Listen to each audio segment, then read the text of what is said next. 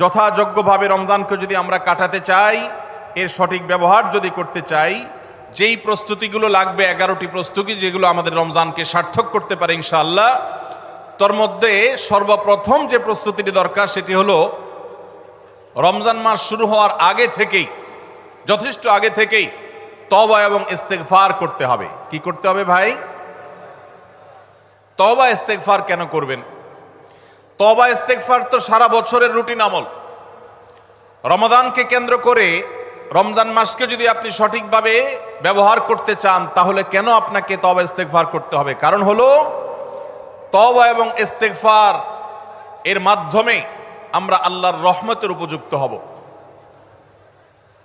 মক্কার মসজিদুল হারামের ইমাম শেখ আব্দুর রহমান আস-সুদাইস হাফিজাহুল্লাহ, তার কাছে সৌদি আরবের কিছু যুবকরা এসেছিলেন। এসে বললেন, শেখ,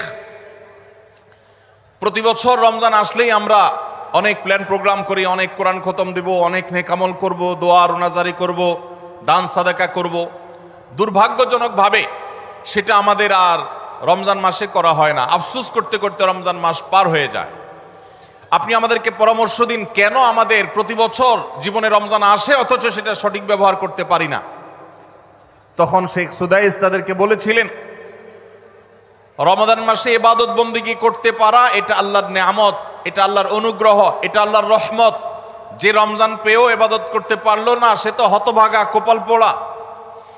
এই হতভাগ্যের কাতারে সাধারণত সেই মানুষগুলোই পড়ে যারা আল্লাহর রহমতের উপযুক্ত না। আমরা নানাবিধ অপরাধে, নানাবিধ গুনাহ করে, নানাবিধ নাফরমানি করে আল্লাহর রহমতের উপযুক্ততা আমরা হারিয়ে ফেলেছি, যার কারণে রমজানের ইবাদতের তৌফিক হয় না।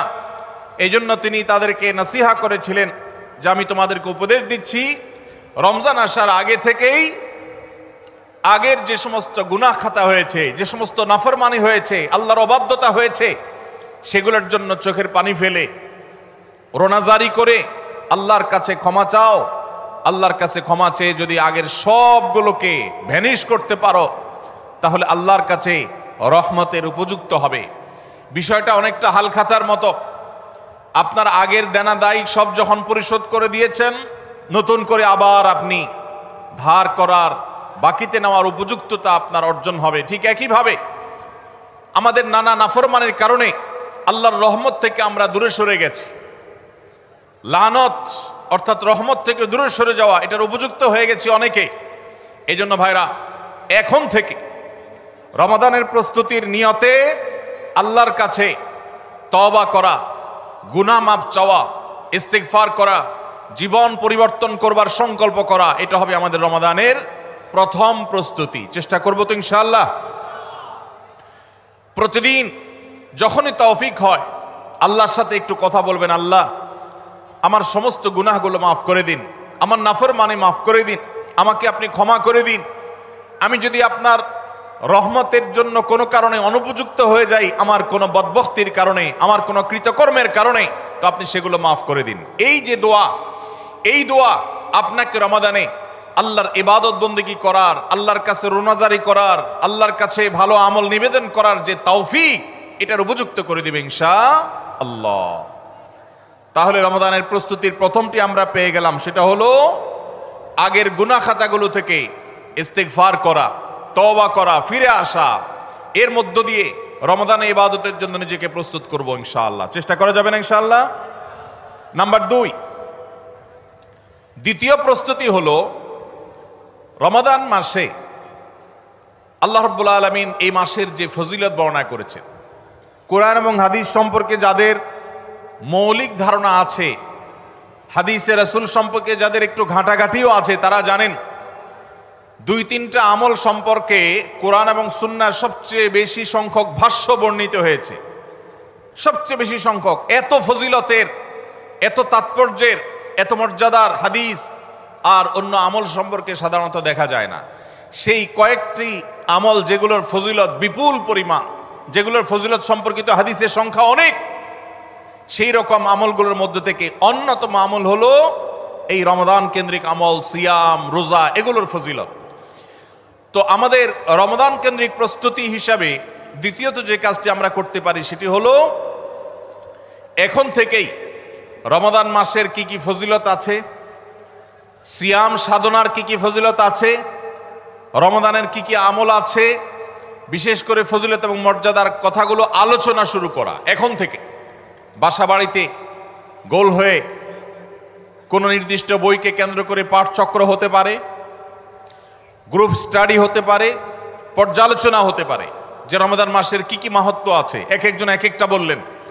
এই আলোচনা পর্যালোচনার মধ্য দিয়ে মনোজগতে রমাদানের জন্য এক ধরনের প্রস্তুতি, এক ধরনের আবহ তৈরি হবে ইনশাআল্লাহ।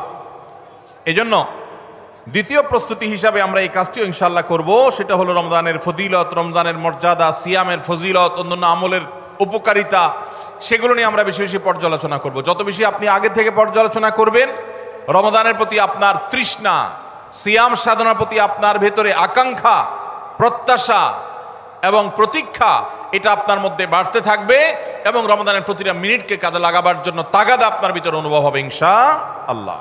নাম্বার 3, তৃতীয় প্রস্তুতি হলো আমাদেরকে প্রতিজ্ঞা করতে হবে এই রমাদানে আমরা নেকামল করবই করব এবং কোনো আমল, কোনো ভালো কাজ, কোনো সুন্নাহ এটা করার ব্যাপারে কোনো প্রকার অলসতা করব না। কারণ ভাইরা আমার, রমজান মাস পেয়েও যদি আল্লাহর কাছে কেউ ক্ষমা না পায়, একটা প্রসিদ্ধ হাদিস আপনারা সবাই কম বেশি শুনেছেন যে নবী সাল্লাল্লাহু আলাইহি সাল্লামের কাছে জিবরিল এসে বলেছেন, বাউদা মান আদরাকা রমাদান ফালাম ইউগফার লাহ, যে ব্যক্তি রমজান পেয়েছে অথচ রমজানের এই বিশাল সুবর্ণ সুযোগকে কাজে লাগিয়ে সে তার জীবনের সব গুনাহগুলো মাফ করাইতে পারে নাই, সে আল্লাহর কাছ থেকে মাগফিরাত আদায় করে নিতে পারে নাই, সে জাহান্নাম থেকে মুক্ত এই ঘোষণা সে আদায় করতে পারে নাই, অথচ সে রমজান মাস পেয়েছে, এর চাইতে হতভাগা আর কে হতে পারে? তার সে ধ্বংস হোক, এই বদদুআয় নবী সাল্লাল্লাহু আলাইহি সাল্লাম আমিন বলে সমর্থন জানিয়েছেন, সায় দিয়েছেন। এজন্য ভাইরা, রমজান মাস এসেছে কিন্তু আমল ইবাদত হয় নাই, রমজান মাস এসেছে আবার চলে গেছে কিন্তু আমার গুনাহ আল্লাহর কাছ থেকে মাফ করাতে পেরেছি বলে আমার বুক সায় দেয় না, তাহলে এর চাইতে বড় হতভাগা, এর চাইতে বড় কপাল পড়ার কেউ হতে পারে না। রমজানের আমল ইবাদত, রমজানের নেক আমল, রমজানের দোয়া, রমজান মাসের চোখের পানি ফেলা, এটা ভাইরা শুধুমাত্র নিজের প্রেরণার জায়গা থেকে শুধুমাত্র সওয়াব আহরণের জন্যই নয়। এটা যদি না করি তাহলে জিবরিলের বদদোয়া, নবীজি সাল্লাল্লাহু আলাইহি সাল্লামের বদদোয়া, আল্লাহর পক্ষ থেকে ধ্বংস হওয়ার পরোয়ানা, এগুলো অনিবার্য হয়ে যাবে। এই কথা চিন্তা করে এখন থেকে রমাদান কেন্দ্রিক প্রস্তুতির অংশ হিসাবে আমাদেরকে প্রতিজ্ঞা করতে হবে, এইবারের রমাদানের প্রতিটা দিন আমি আল্লাহর কাছে চোখের পানি ফেলে একটা নির্দিষ্ট সময় কান্নাকাটি করব, আমার গুনাহ খাতাগুলোকে মাফ করাবো, জাহান্নামীদের তালিকা আমার নাম যদি কোনো কারণে যেয়ে থাকে, আমি এমনভাবে রোনাজারি করব, এমনভাবে ইস্তেগফার করব, এমনভাবে চোখের পানি ফেলবো, একান্ত নীরবে আল্লাহর সাথে কথা বলবো যেন আমার সমস্ত গুনাহগুলো মাফ হয়, জাহান্নামীদের তালিকা থেকে যেন আমার নাম কেটে যায়।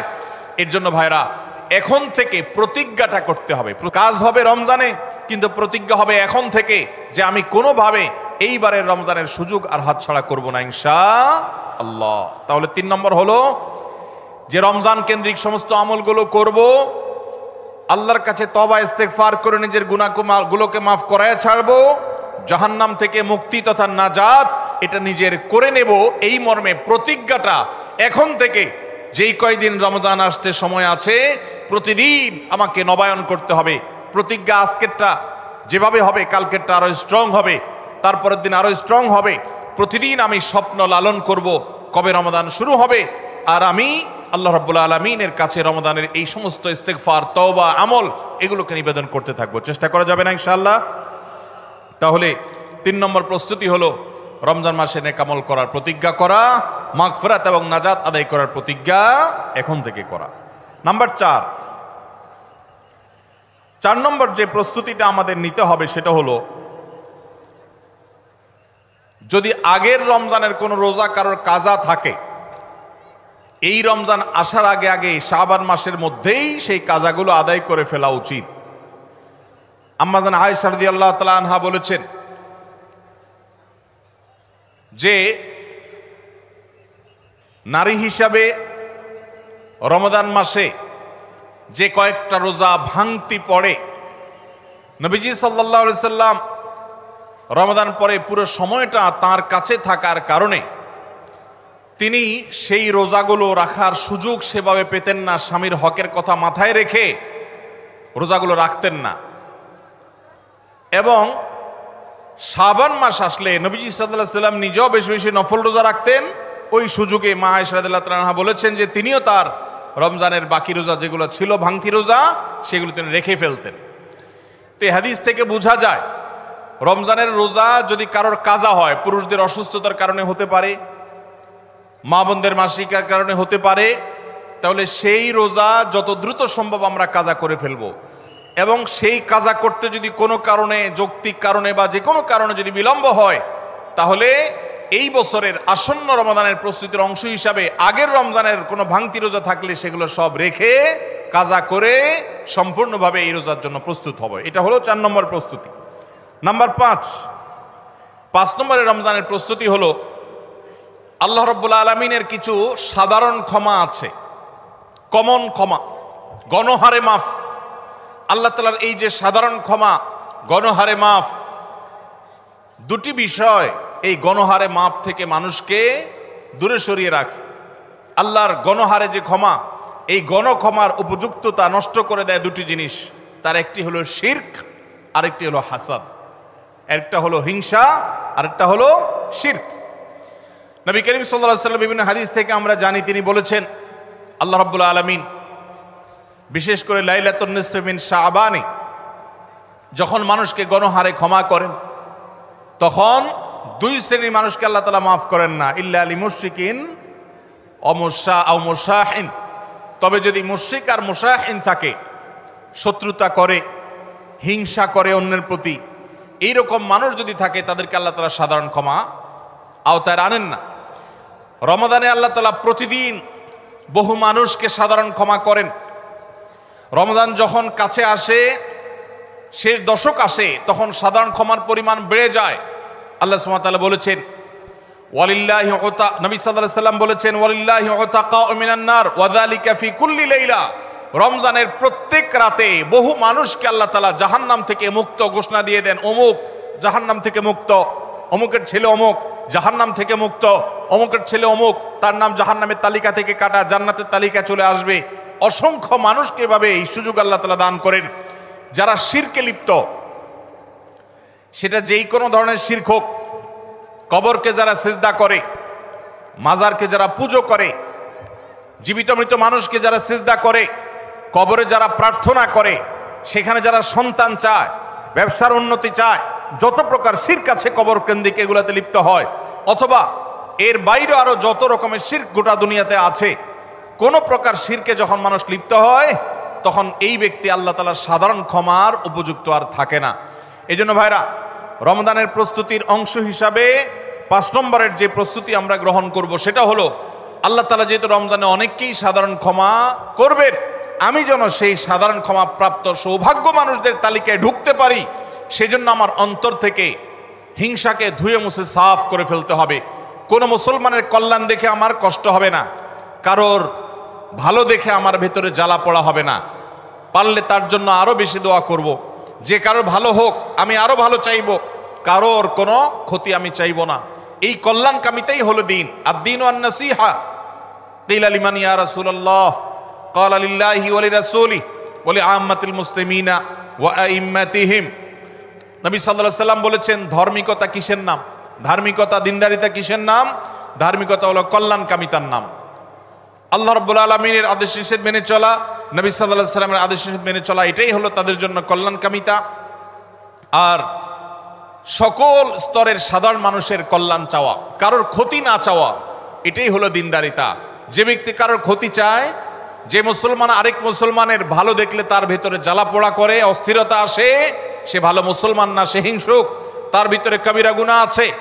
এজন্য রমজান মাসে আল্লাহর সাধারণ ক্ষমা পেতে হলে অন্তরকে এখন থেকে পরিচ্ছন্ন করতে হবে, চোখটা বন্ধ করে মনে রাখতে হবে, স্মরণ করতে হবে, আমার আশেপাশে এমন কে আছে যার কল্যাণ দেখলে আমার সহ্য হয় না, যার ভালো দেখলে আমার ভিতরে জ্বালা পোড়া করে, যার সুসংবাদ শুনলে আমার ভিতরে খারাপ লাগা কাজ করে, তাহলে বুঝতে হবে তার প্রতি আমার হিংসা আছে। আল্লাহর জন্য নিজের হিংসা থেকে পরিচ্ছন্ন হয়ে অন্তরকে ধুয়ে সাফ করে তারপরে রমজানের সাধারণ ক্ষমার জন্য উপযুক্ত করতে হবে এখন থেকে।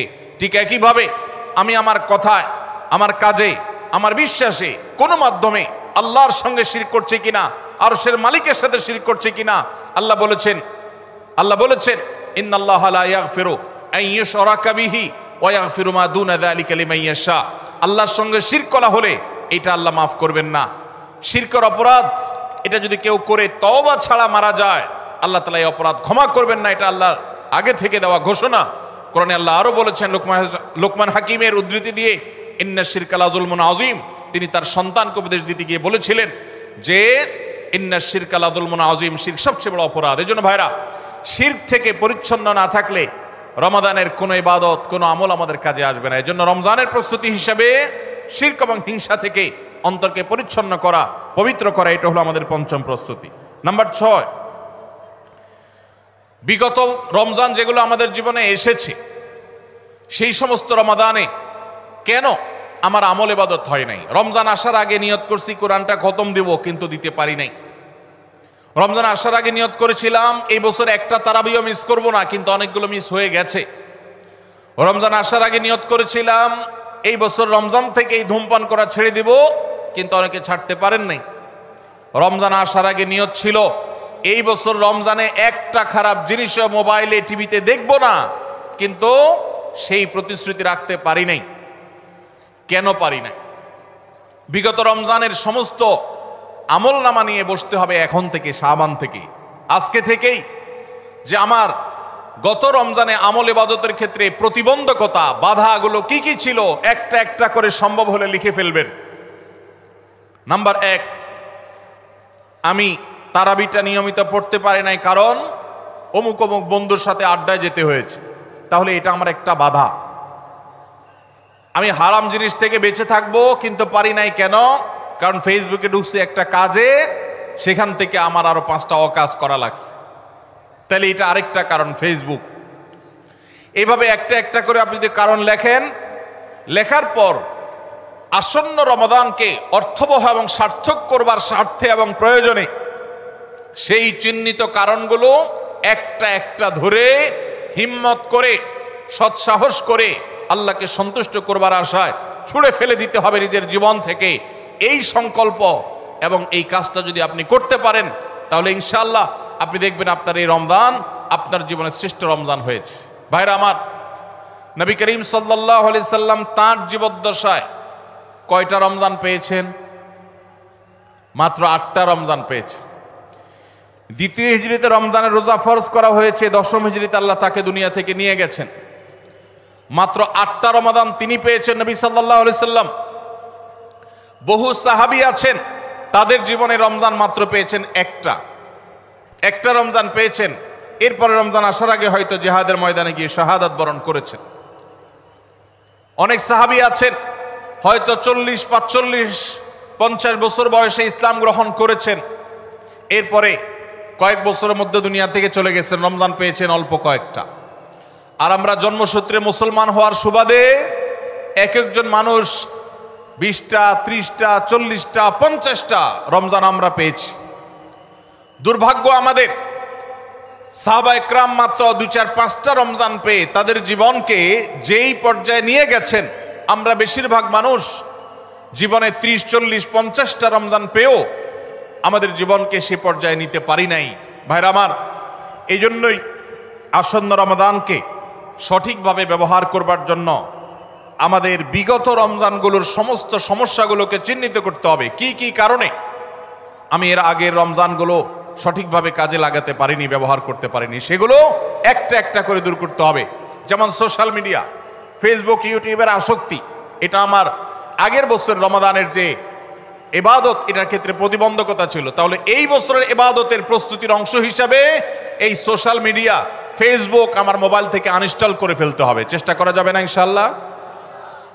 ভাইরা আমার, যদি ফেসবুক আমার আমল ইবাদতের প্রতিবন্ধকতা তৈরি করে, তাহলে ফেসবুককে আল্লাহর জন্য কোরবানি করবেন রমজান মাস উপলক্ষে। কারা কারা প্রস্তুত আছেন? হাত তোলেন।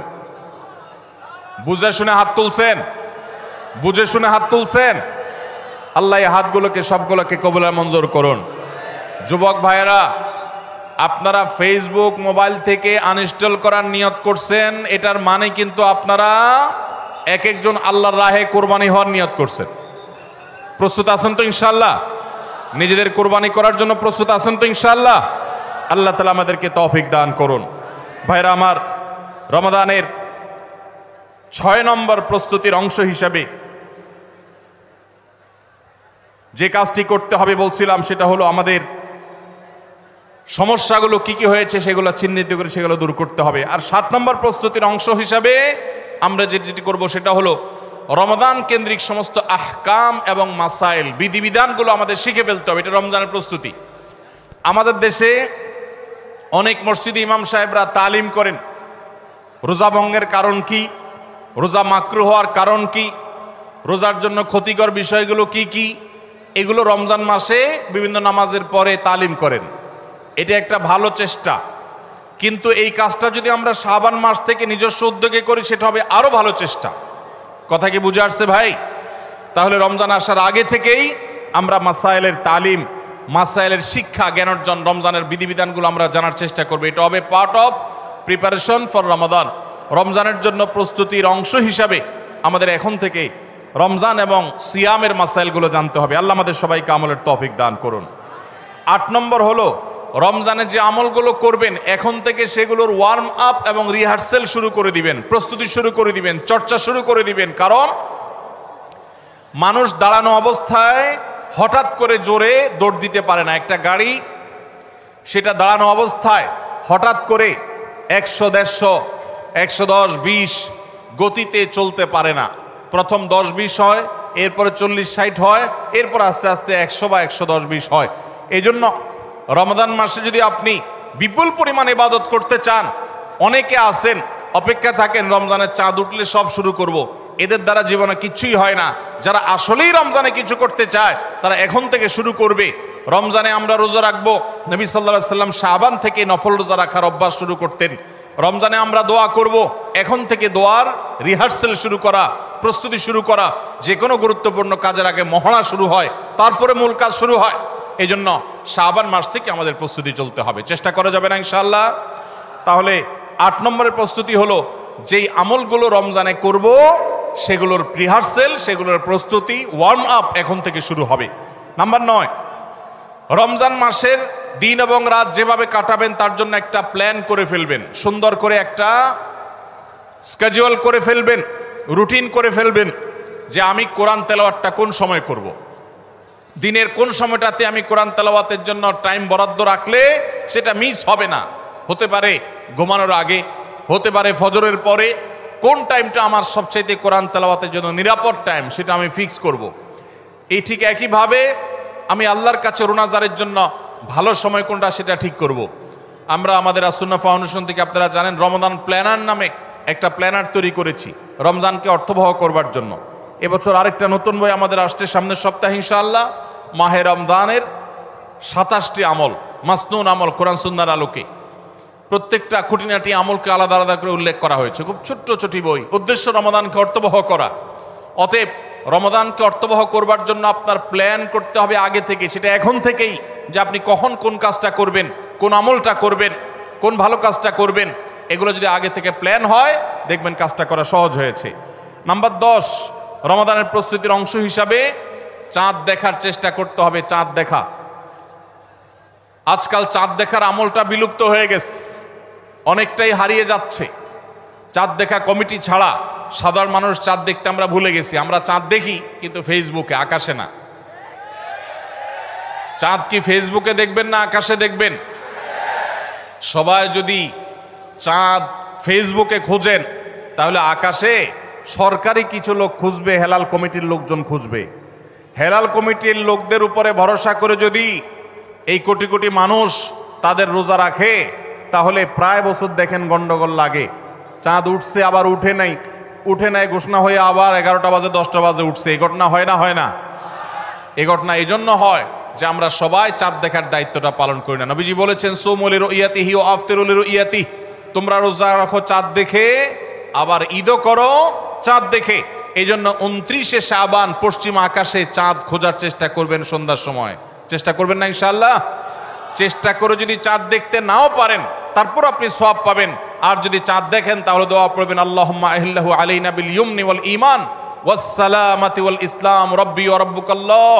হে আল্লাহ, এই চাঁদকে আপনি বরকত এবং ঈমান দিয়ে আমার জন্য পরিপূর্ণ করে দিন। এই মাস আমার জন্য নিরাপদ এবং ইসলাম দিয়ে পরিপূর্ণ করে দিন। হে চাঁদ, তোমার আর আমার পালনকর্তা একজন আল্লাহ। অতএব এই চাঁদ দেখার চেষ্টা করবো। এটাও রমাদানের প্রিপারেশন, রমাদানের প্রস্তুতির অংশ। 11 নম্বর হলো আল্লাহর কাছে ভাই চোখের পানি ফেলে এখন থেকে দোয়া করব, আল্লাহ এই যে রমজান আসছে এটা যেন আমার জন্য লাইফ চেঞ্জিং হয়, এটা যেন আমার জীবন পরিবর্তনকারী হয়, এটা যেন আমাকে মুত্তাকি বানিয়ে ছাড়ে, এটা যেন আমাকে নেকামল ওয়ালা বানিয়ে দেয়, এটা যেন আমার জীবনে বিশাল বড় অ্যাচিভমেন্ট এনে দেয়, এটা যেন আমাকে মাগফিরাত পাইয়ে দেয়, এটা যেন আমাকে নাজাত পাইয়ে দেয়, এটা যেন আমাকে জান্নাতের উপযুক্ত করে। এই রমজান যেন আমাকে জাহান্নামীদের তালিকা থেকে আমার নামকে কাটানোর নিশ্চয়তা এনে দেয়। সেইভাবে রমজানকে কাটাবার জন্য আপনি তৌফিক দান করুন। এখন থেকে আল্লাহর কাছে এই বরাদ্দ আদায় করতে হবে, চেয়ে নিতে হবে এবং সেটার জন্য দোয়া করতে হবে। এই দোয়াটা হলো একাদশ এবং সর্বশেষ প্রস্তুতি। চেষ্টা করা যাবে না ইনশাআল্লাহ?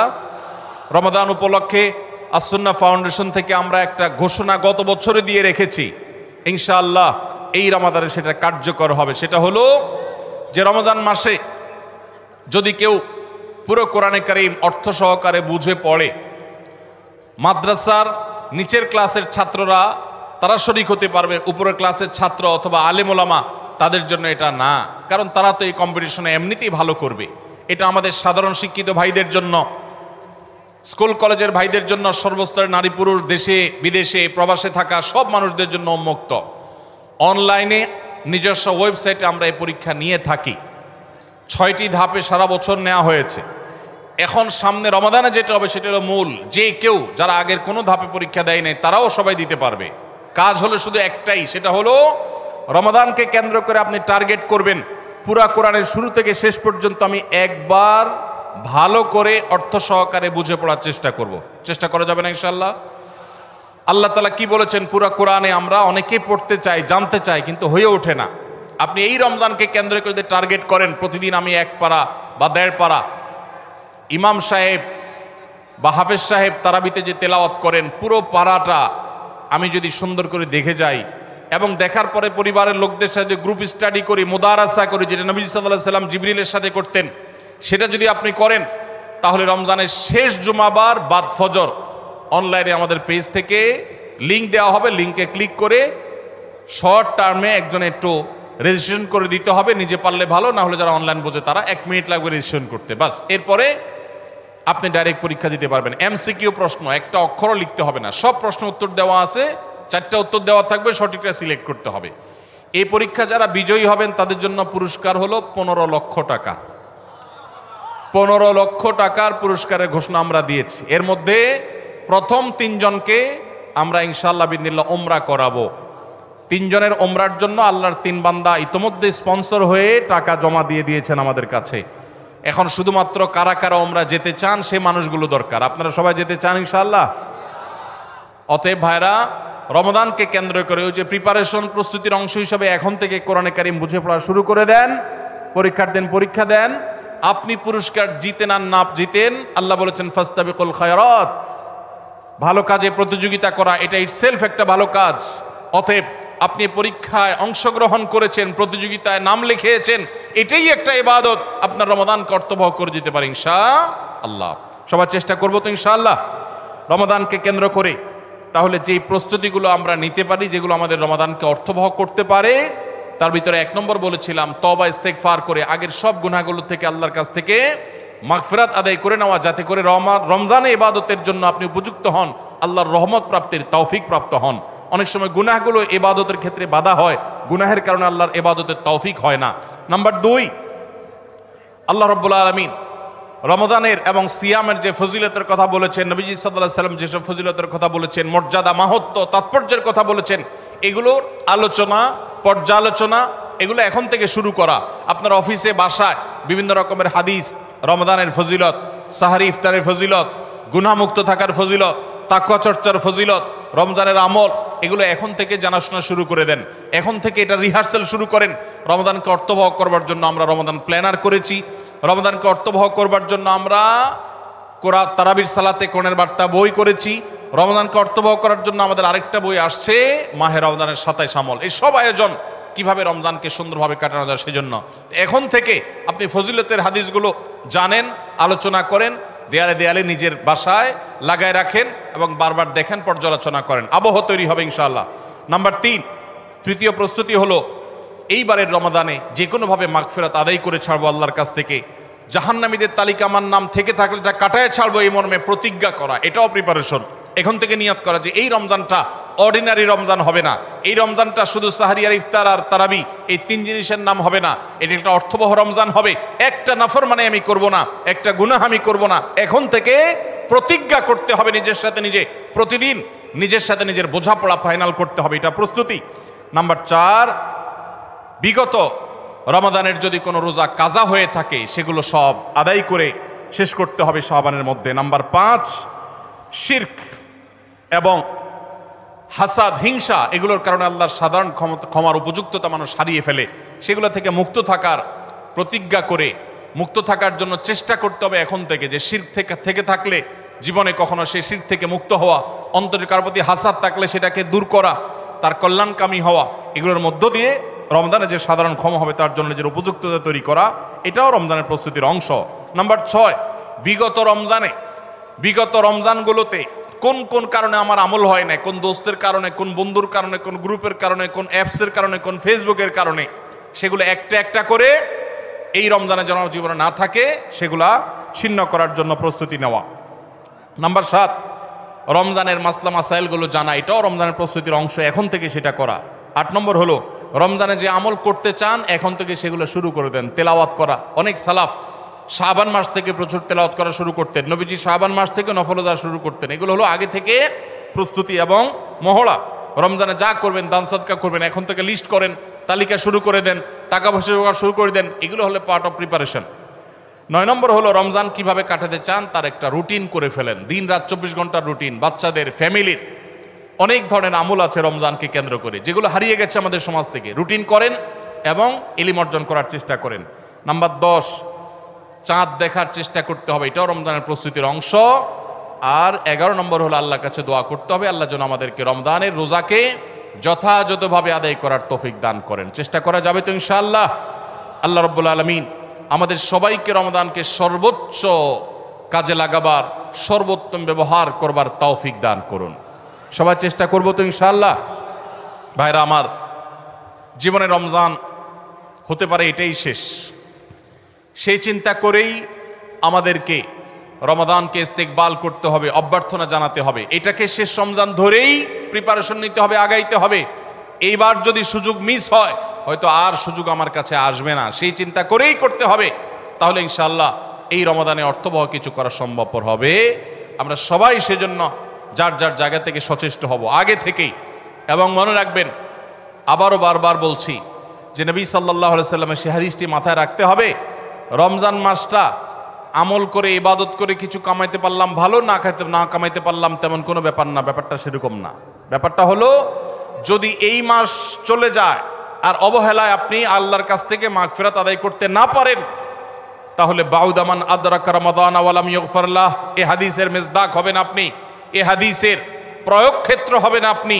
সেক্ষেত্রে রমজান পেয়েও মাগফিরাত না পাওয়ার কারণে ধ্বংস অনিবার্য হয়ে যাবে। এটা শুধুমাত্র শখের বিষয় না, এটা ডু অর ডাই এর মতো ব্যাপার। আপনি রমজান পাইলেন না, মাগফিরাত পাইলেন না, জাহান্নাম নিশ্চিত হবে। অতএব যারা বাঁচতে চায় তারা এখন থেকে প্ল্যান প্রোগ্রাম করা যাবে না ইনশাআল্লাহ। সেই সাথে আমি শুরুতে যেটা বলেছিলাম, রমাদান সেই মাস যেই মাসে আমল এবং ইবাদতের শুধু উন্নতি আর তারাক্কি না, মুসলমানদের সার্বিক অগ্রগতি, উন্নতি আল্লাহ রাব্বুল আলামিন এই মাসে দিয়েছেন। ঐতিহাসিক বদরের যুদ্ধের সেই স্মৃতি বিজড়িত মাস এই রমাদান। মক্কা বিজয়, বড় বড় ঘটনা ইসলামের ইতিহাসে, বড় বড় সাফল্য আল্লাহ তাআলা রমাদানে দিয়েছেন। অতএব সেই জন্য নিজেদেরকে প্রস্তুত করতে হবে, প্রস্তুতি এখন থেকে গ্রহণ করতে হবে। এবং বাংলাদেশের এই মাটি আল্লাহ রাব্বুল আলামিন যেন দ্বীনের জন্য, ঈমানের জন্য, কোরআনের জন্য, সুন্নাহর জন্য কবুল করেন। এদেশের মুসলমানদের অন্তরের অন্তঃস্থলে যেন দ্বীনকে আল্লাহ তাআলা গেঁথে দেন। আমাদেরকে সবাইকে যেন আল্লাহ তাআলা প্র্যাকটিসিং মুসলমান বানায় দেন। নামদারি মুসলমানদেরকে আল্লাহ যেন সিরিয়াস মুসলমান বানায় দেন। নামাজি মুসলমানকে যেন আল্লাহ আখলাকওয়ালা মুসলমান বানায় দেন। আখলাকওয়ালা মুসলমানকে যেন আল্লাহ মুখলিস মুসলমান বানায় দেন। আমরা সব সময় দোয়া করব ইনশাআল্লাহ। এই আসন্ন রমাদানকে কেন্দ্র করে সেই দোয়া আরো বাড়াতে হবে, তার প্রিপারেশন আরো বাড়াতে হবে। এদেশের সংখ্যাগরিষ্ঠ মানুষ তারা ইসলামকে পছন্দ করে, মুসলমান, তারা ইসলামকে ভালোবাসে মনে প্রাণে, ধর্মপ্রাণ। এরপরও এদেশে একের পর এক বিভিন্ন সময় আমরা দেখেছি ইসলামকে নানাভাবে আঘাত করা হয়। আমরা মুসলমানরা সর্বশক্তি দিয়ে এই সামান্য কিছু হাতে গোনা ইসলাম এবং মুসলমানদের প্রতি বিদ্বেষ পোষণ করা এই অপশক্তি, এদেরকে দমন করবার শপথও আমাদেরকে গ্রহণ করতে হবে রমাদানকে কেন্দ্র করে। আপনারা অনেকে ইতোমধ্যে জেনেছেন, অনেকে আপনারা জেনেছেন এবং দেখেছেন, দেশে সংস্কার কার্যক্রম যে চলমান আছে, এখানে নারী বিষয়ক সংস্কারের যে কমিশন, সেই কমিশন পত্রপত্রিকা আপনারা দেখেছেন, অনেকে সুপারিশ করেছে বৈষম্য দূর করার নাম দিয়ে কোরআন যে বাবার সম্পত্তিতে, মায়ের সম্পত্তিতে মেয়েদেরকে ছেলেদের অর্ধেক সম্পদ দিতে বলেছে, সে আইনটা এখনো সামাজিকভাবে প্রচলিত আইনে কার্যকর আছে। পরিবর্তন করার, আল্লাহর এই বিধানকে পরিবর্তন করার সুপারিশ করেছে এই নারী বিষয়ক সংস্কার কমিশন। এই সুপারিশ বাস্তবায়ন করার দুঃসাহস যদি কেউ দেখায়, তাহলে এটা হবে সবচেয়ে বড় অপরিণামদর্শী কাজ, সবচেয়ে দুর্ভাগ্যজনক অধ্যায়। শুনতে খুব ভালো শোনা যায়, খুব মুখরোচক মনে হয়। একই বাবার সন্তান ছেলে এবং মেয়ে, ছেলে 2 টাকা পাইলে মেয়ে কেন 1 টাকা পাবে? কিন্তু এর পেছনে লুকায়িত আছে এক গভীর শয়তানের ষড়যন্ত্র। সেটা হলো পশ্চিমা পৃথিবীর মানুষেরা তাদের পরিবার ব্যবস্থাপনা ধ্বংস হয়ে গেছে, বহু আগেই তাদের পরিবার ব্যবস্থাপনা মুখ থুবড়ে পড়েছে। আজ এই ভারতবর্ষে শুধু মুসলমান কেন, আমাদের এই অঞ্চলের হিন্দু, খ্রিস্টান, বৌদ্ধ সব ধর্মের মানুষের মধ্যে পারিবারিক বন্ডিং এবং পরিবার ব্যবস্থাপনা, স্বামী স্ত্রীর মধ্যকার সৌহার্দ্য যতটুকু আছে, পশ্চিমারা সেগুলা কল্পনাও করতে পারে না। ওরা আমাদের চাইতে জ্ঞানে বিজ্ঞানে এগিয়ে থাকতে পারে, ওরা আমাদের চাইতে তথ্য প্রযুক্তিতে অগ্রসর থাকতে পারে, তারা অবকাঠামোতে আমাদের চাইতে 200 বছর এগিয়ে থাকতে পারে, কিন্তু পরিবার ব্যবস্থাপনা আমরা ওদের চাইতে 500 বছর এগিয়ে আছি। আমাদের এখানকার স্বামী স্ত্রীর মধ্যকার ভালোবাসা, এটা তাদের দেশে সোনার হরিণ। আমাদের এখানকার সন্তানের সাথে বাবা মার বন্ডিং, তাদের সেখানে সেটা দুষ্প্রাপ্য। ভাইরা আমার, এই যে সমতার নাম দিয়ে, বৈষম্য দূরের নাম দিয়ে এই যে নতুন প্রস্তাবনা আসছে, এই প্রস্তাবনার মিনিং হলো পরিবার ব্যবস্থাপনাকে ধ্বংস করে ফেলা। কিভাবে সেটা?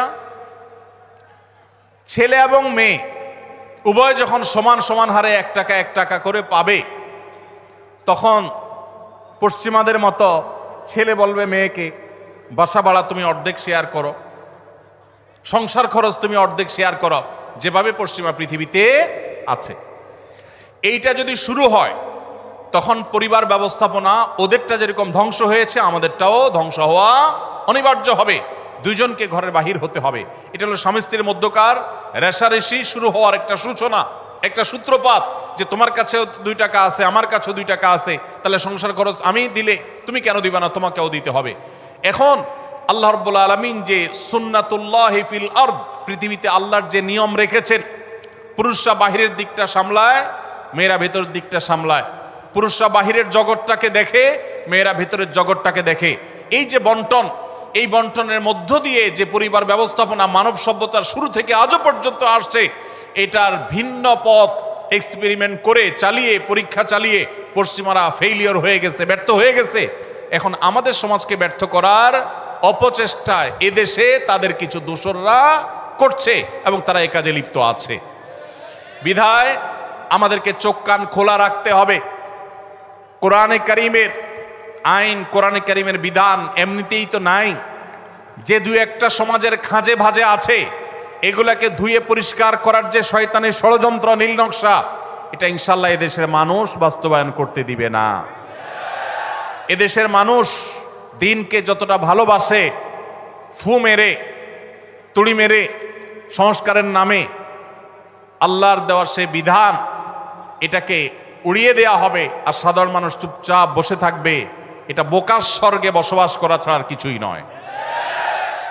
এমনিতেই কোরআনের কোনো আইন, কোনো বিধান, আল্লাহর আদেশ বা নিষেধ মুসলিম অধ্যুষিত দেশ হিসাবে, ধর্মপ্রাণ মানুষদের দেশ হিসাবে সেটা আমাদের আইনে, সংবিধানে এমনিতেই স্থান পাচ্ছে না।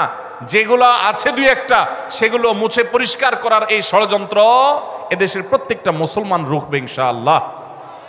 ভাইরা আমার, এই জন্য আমাদেরকে চোখ কান খোলা রাখতে হবে, আমাদেরকে সতর্ক থাকতে হবে। তবে সেই সাথে আমাদের এও মাথায় রাখতে হবে, মা বাবার সম্পদে বোনদের অধিকার, এটাকে আমরা অনেক পুরুষরা বঞ্চিত করছি, তাদেরকে অধিকার দিচ্ছি না। যেটুকু কোরআন বলেছে সেটুকুর বাস্তবায়ন হলেই সমাজ শান্তিতে পরিপূর্ণ হয়ে যাওয়ার কথা, কিন্তু সেটা বাস্তবায়ন করার নাম নাই, সেটাকে পরিবর্তন করার বরং চেষ্টা চলছে। ভাইরা আমার, আল্লাহ রাব্বুল আলামিন আমাদেরকে নারী পুরুষের মধ্যে সমতা বিধান করতে বলেন নাই, ন্যায্যতা বিধান করতে বলেছেন। কি করতে বলেছেন? সমতা। ইসলাম সমতার কথা বলে না, ন্যায্যতার কথা বলে। সব সময় সমতা মানুষের ন্যায্যতাকে নিশ্চিত করে না, সব সময় সমতা মানুষের ন্যায্যতাকে নিশ্চিত করে না। এজন্য ইসলাম ন্যায্যতা কথা বলেছে, ন্যায্যতা এটা থাকতে হবে, সমতা থাকা জরুরি নয়। আল্লাহ আপনাকে একটা ছেলে দিছে, একটা মেয়ে দিছে।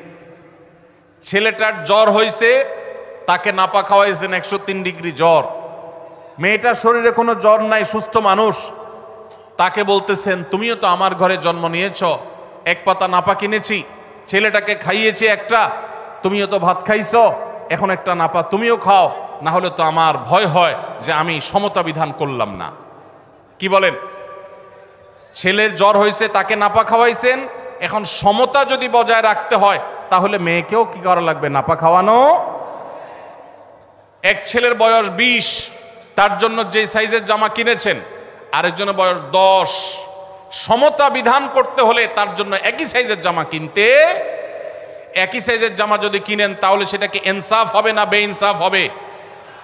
ইসলাম এই মুখরোচক, সস্তা, শুনতে শুধু ভালো শোনা যায় এরকম সমতা নারী পুরুষের মধ্যে করতে বলে না, ন্যায্যতাকে নিশ্চিত করতে বলে। আপনি কোথাও আপনার ছেলে মেয়েদেরকে কোনো ভালো কিছু দেখাবার জন্য নিয়ে গেছেন, দুইজন ছেলে বা একজন ছেলে একজন মেয়ে গেছে, একজন বড় একজন ছোট, একটু উপরে উঠে দেখতে হবে। সেজন্য যে বড় 15 বছর বয়স, তার দেখার সুবিধার জন্য 3টা ইট দিয়ে বলেছেন তুমি এবার দাঁড়াও, সে দেখতে পাচ্ছে।